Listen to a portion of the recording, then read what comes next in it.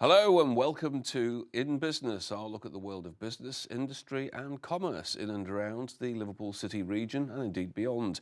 I'm Peter Berry and we start this week with a look forward to a major global business festival which is being hosted here in Liverpool this summer. Frank McKenna from Downtown in Business has been out to see Max Steinberg, head of Liverpool Vision, and who's chairing this year's festival at the Liverpool Exhibition Centre.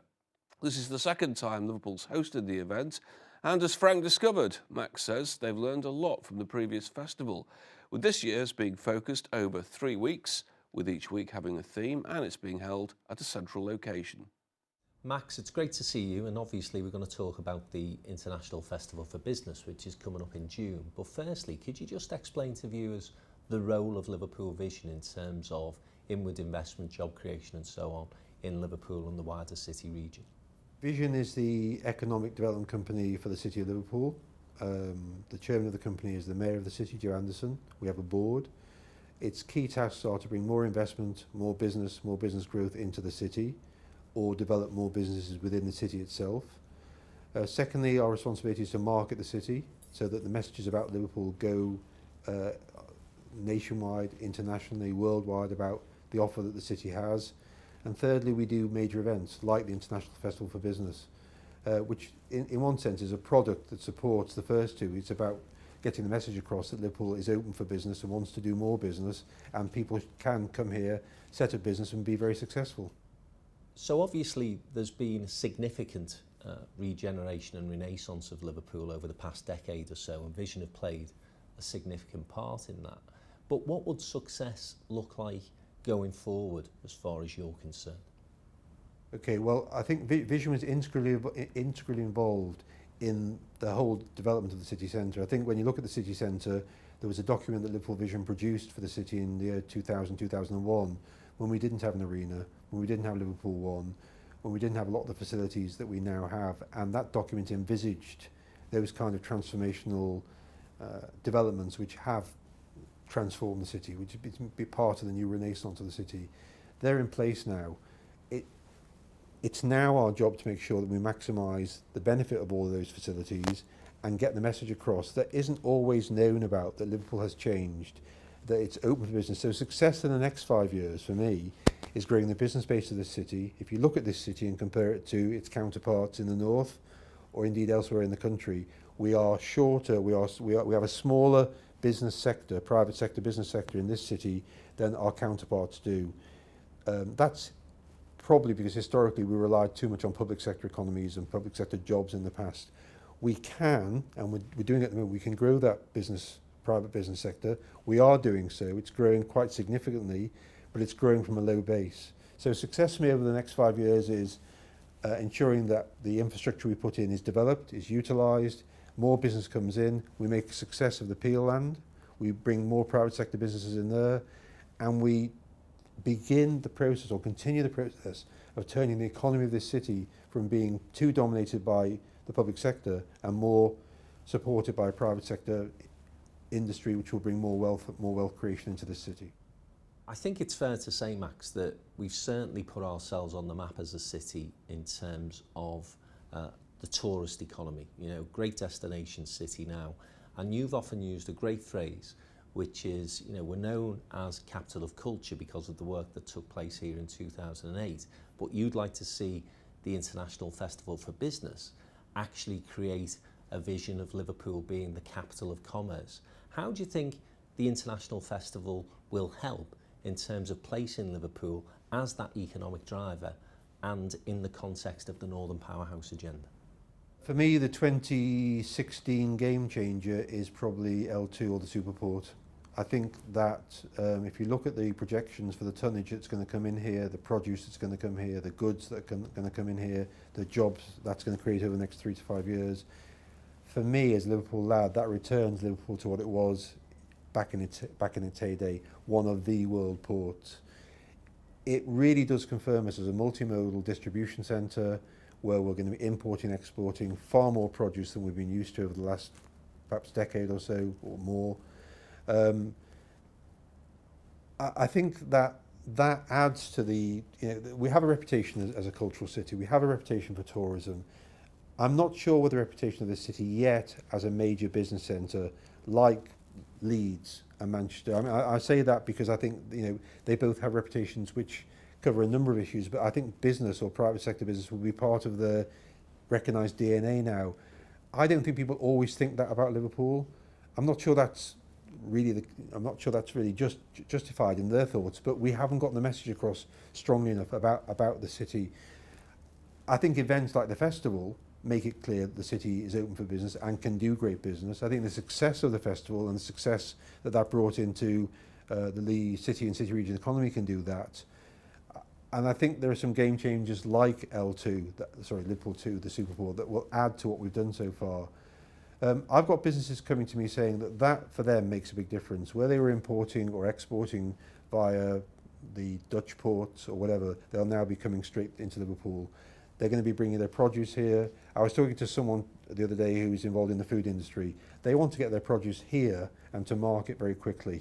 They can do so now in a way they couldn't do so 2 or 3 years ago.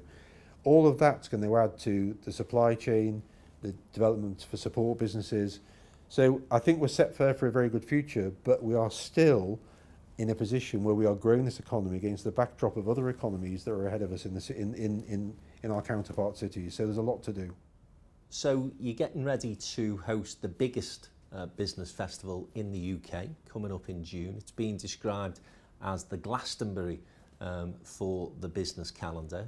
So we're looking forward to it. But what do you think businesses, particularly Liverpool businesses, can potentially look forward and get out of that festival? Well, in terms of the Glastonbury thing, first of all, I'm going to have to grow my hair and obviously diet just a little bit. The 14 festival, which was different in its nature to the 16 festival, proved to be very successful for local businesses. We've got case study after case study showing how businesses that weren't exporting before in this city or city region are now exporting. I've talked about in other interviews the Liverpool Gin Company now exporting into the Spanish market. A cake company that weren't exporting before also exporting into the European market.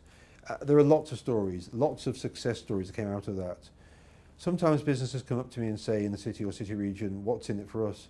I think my answer is whatever you want to be.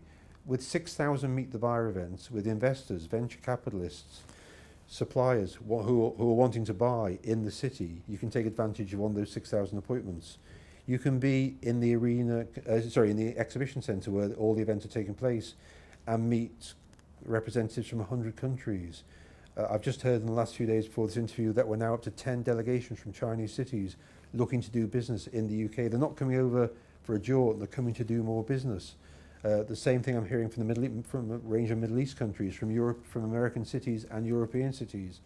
So if you want to bring a product to market, if you want to develop a particular application, if you want to promote your business, there's no bigger business audience in the world other than they'll be in that exhibition centre for those 3 weeks from the 13th of June. Each week is themed differently. The first week is manufacturing, the second week is energy and environment, the third week is creative and digital.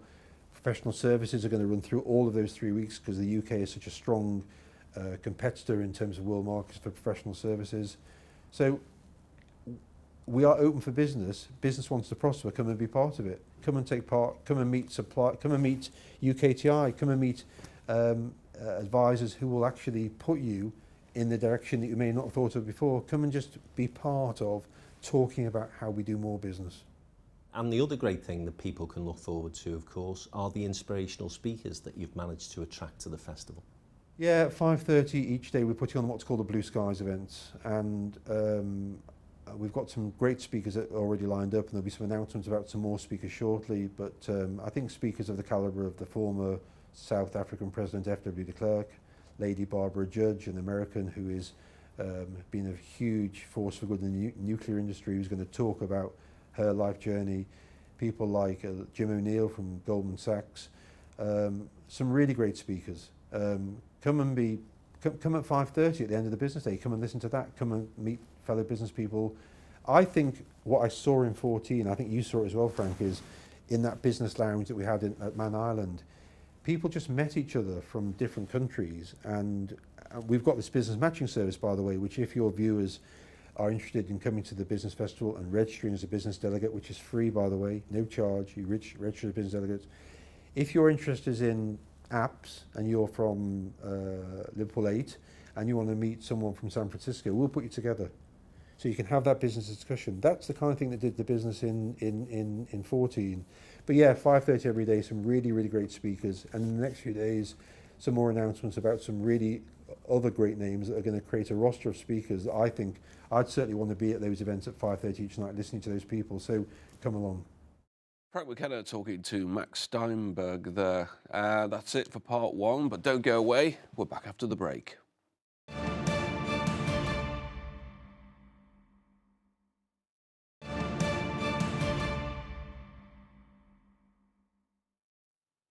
Hello, welcome back to In Business. Now, the International Festival for Business is a testament to the confidence in Liverpool as a centre for business and commerce, not only in the UK, but across the globe.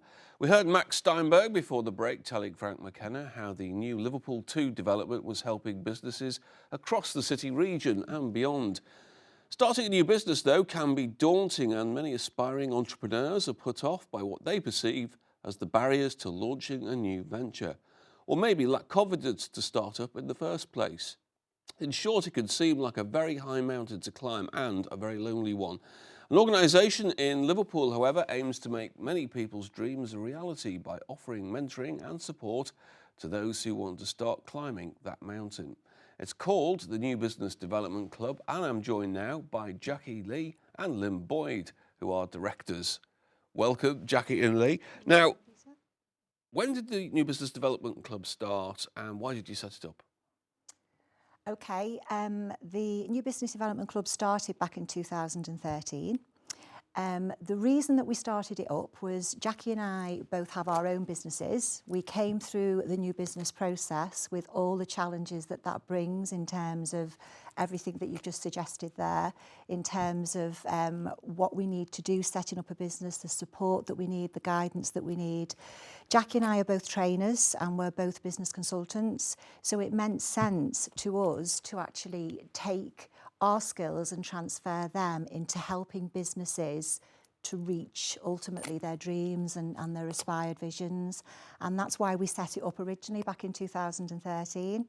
A lot's happened since then, but that was the original plan. Okay, so it was not that long ago that it was set up. Jackie, what does the club do? How do you help people?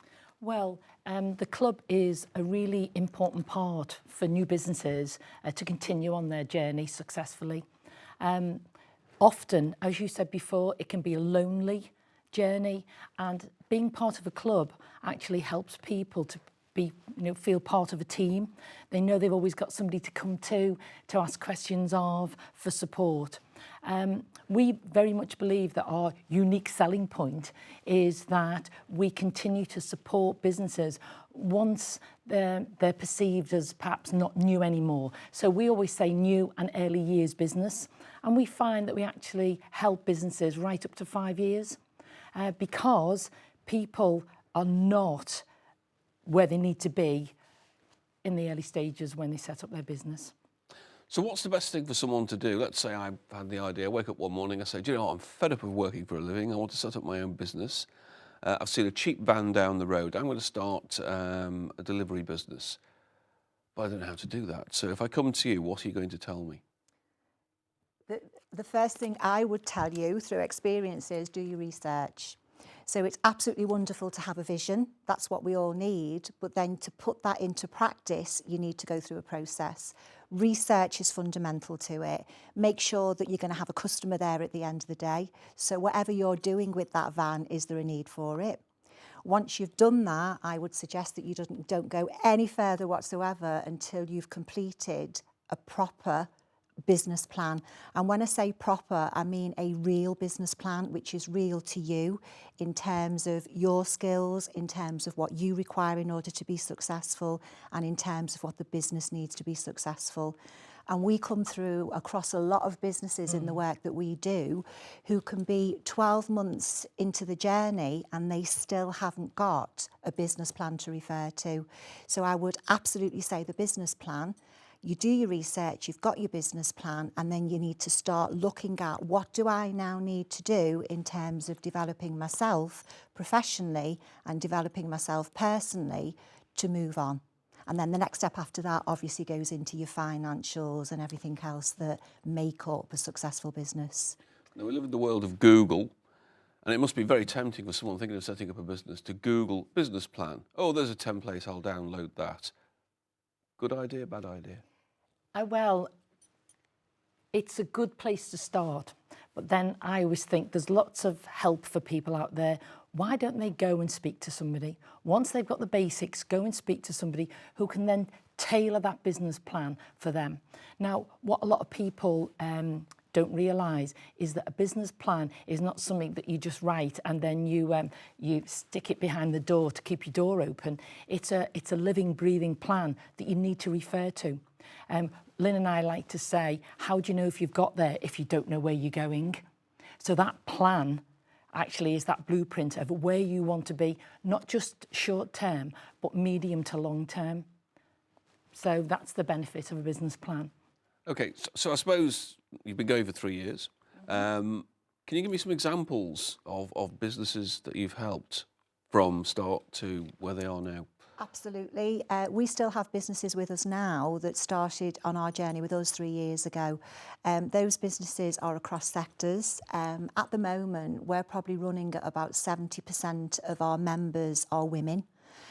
So a lot of the professions that we're supporting are the likes of event planners, event dressers, personal stylists, makeup artists, hairdressers. But then we do also move into the professional world as well.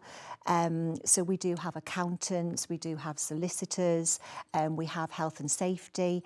So a wide range really.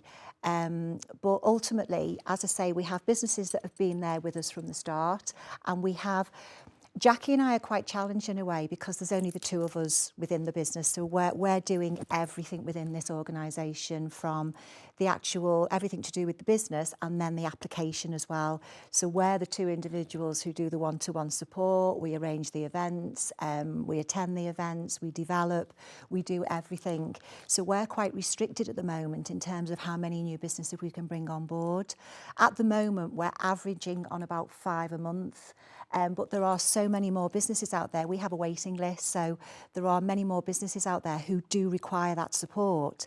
And we need to make sure that we are actually providing those solutions for them. So it's a bigger piece of work that needs to be looked at. As well as us doing what we do, we need more individuals coming on board to support that and to support the businesses. But Peter, you were saying about, examples of, success. We actually have people at our meetings who actually say to our new members, we wouldn't be still in business if it wasn't for being members of the New Business Development Club. Knowing that we come to the regular meetings, to know that we can showcase at the events, to know that we can have a profile in the associated business magazine, Switch On to Business. So we know that we've got people who will stand up in public and say, we wouldn't still be here if it wasn't for this support. And I think that's the important thing. It's the ongoing, tailored support. Because as Lynn said, we go across sector, really, from one end to another. So it really is about that tailoring, isn't it? Absolutely, yeah. And it's also about having the opportunity to have somebody to talk to, and I think that's really important as well. A lot of businesses don't need a set, you're here on a Tuesday, you're here on a Friday, you do that on a Monday. Sometimes we don't see our members on a one-to-one basis for 2 or 3 months. We'll interact with them, they'll attend events, they'll do whatever they want to do, but then all of a sudden we'll get a call, can we have a meeting, can we sit down and talk through this, can you help us with that? And to us, that's what makes us different. It is that continuous ongoing support that makes a difference between a business succeeding or failing. Yes, we're very, we think it's really important for businesses to work together as well. So we do all we can to bring new and early years business together with established businesses so that they can work together, so that we can look at, opportunities that are available for both. Right. We've got various scenarios, people who are maybe getting a bit older who want to change, who want to run their own business, but we've also got new talent schools, colleges, universities. How best can you liaise with those to bring forward new talent? This is a subject that we are really, really close to passionate our about. hearts. We, throughout our own journey, and by default really, we became involved with the universities and the colleges, and we became involved with the students. Our own editor of the Switch On to Business magazine, she came to us from Liverpool University, so she introduced us to that world as well. And we have come across so many young professionals, students and graduates who have so much to give and have so much talent that we need to embrace that, and we need to do something with that. Now, these individuals at the ages they are, they've got a vision. They don't really have life skills. They're not developed to a point where they have the confidence, they have necessarily the right mindset, but they have so much potential. And because of that, we've set something up that we're calling Future Talent. So it's part of the Switch On to Business magazine, and it's also a fundamental part of the New Business Development Club. And this is where we open opportunities up for that population. So we will go into universities and colleges, we will talk to the students, we will deliver workshops, we will then invite them to the events, we will work with them with branding if they're wanting. We have a young group at the moment who've just gone into the regional finals for business enterprise. We worked with them on their branding and they are just so enthusiastic and they've got so much to give. So for us, we want to really harness that and make a difference.